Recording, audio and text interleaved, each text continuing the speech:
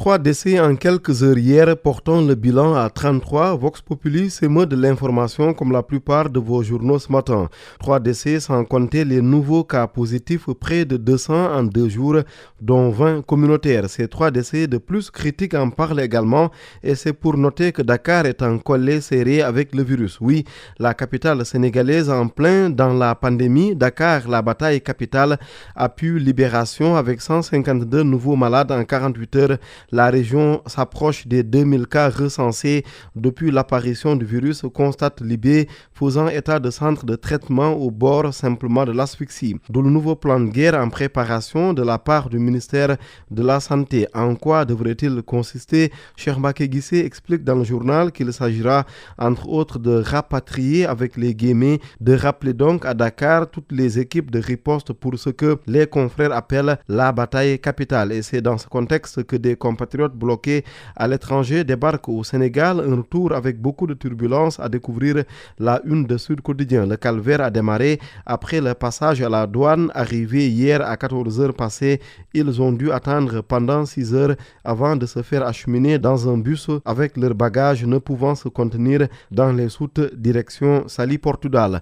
Une déportation vers la station balnéaire de la Petite Côte. Ça en a tout l'air à lire Sud Quotidien reprenant un de ces Sénégalais rapatriés de France. Nous sommes parqués comme des parias, comme des chiens. Certains sont assis sur le tapis bagages parce qu'il n'y a même pas assez de chaises. Et qu'en pense le quotidien? C'est du pilotage à vue, s'écrit le journal d'Avenir Communication. Oui, du pilotage à vue avec 8 heures de galère pour 200 passagers. Tous mis en quarantaine contrairement aux dernières vagues de passagers, rapportent les confrères. Une Korité en quarantaine en perspective. Alors, cette année, Tivaouane opte pour une Aïd el-Fitr à domicile. Une information très logique, visiblement pour une capitale de la Tijania pas favorable à la réouverture des mosquées. Comme la fête de Pâques, celle du 4 avril, l'une des grandes fêtes de la communauté musulmane, n'échappera pas non plus aux réalités du contexte, prévient critique y voyant les symptômes d'une sombre fête qui entra longtemps les mémoires qui se profilent à l'horizon. Ces excuses vont-elles marquer la mémoire collective?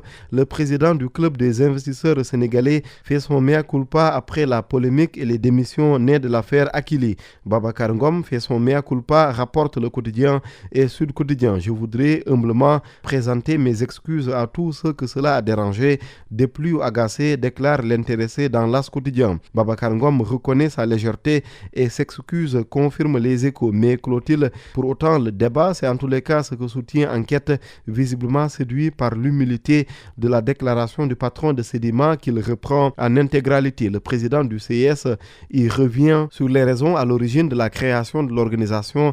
Organisation, reconnaît-il, empêtrée dans une tempête au moment où elle devait déployer ses ailes dans le ciel des affaires du pays. Se justifiant tout de même, j'ai juste voulu apporter un soutien à des jeunes compatriotes qui sont des cadres dont la compétence est reconnue par tous ceux qui les connaissent et qui ont eu l'occasion de les pratiquer. Enquête parlait de clôture du débat. Source A le prolonge en revenant sur le passé de l'actuel directeur général de Sénélec. Hier, en tant que secrétaire permanent à l'énergie, Papa Mademba Bitèye avait béni le contrat au cœur de la polémique. Le journal ne s'en arrête pas là. Il liste tous les directeurs qui avaient participé aux discussions. L'Afrique a-t-elle été conviée lorsque la France adoptait le projet de loi autorisant l'approbation de l'accord de coopération entre Paris et les gouvernements des États membres de l'UEMOA? Enquête constate que l'Hexagone n'a pas mis trop de temps pour avancer sur ce chantier. La France presse le pas, écrit le journal, tandis que le quotidien y voit le feu vert de l'équipe à Emmanuel Macron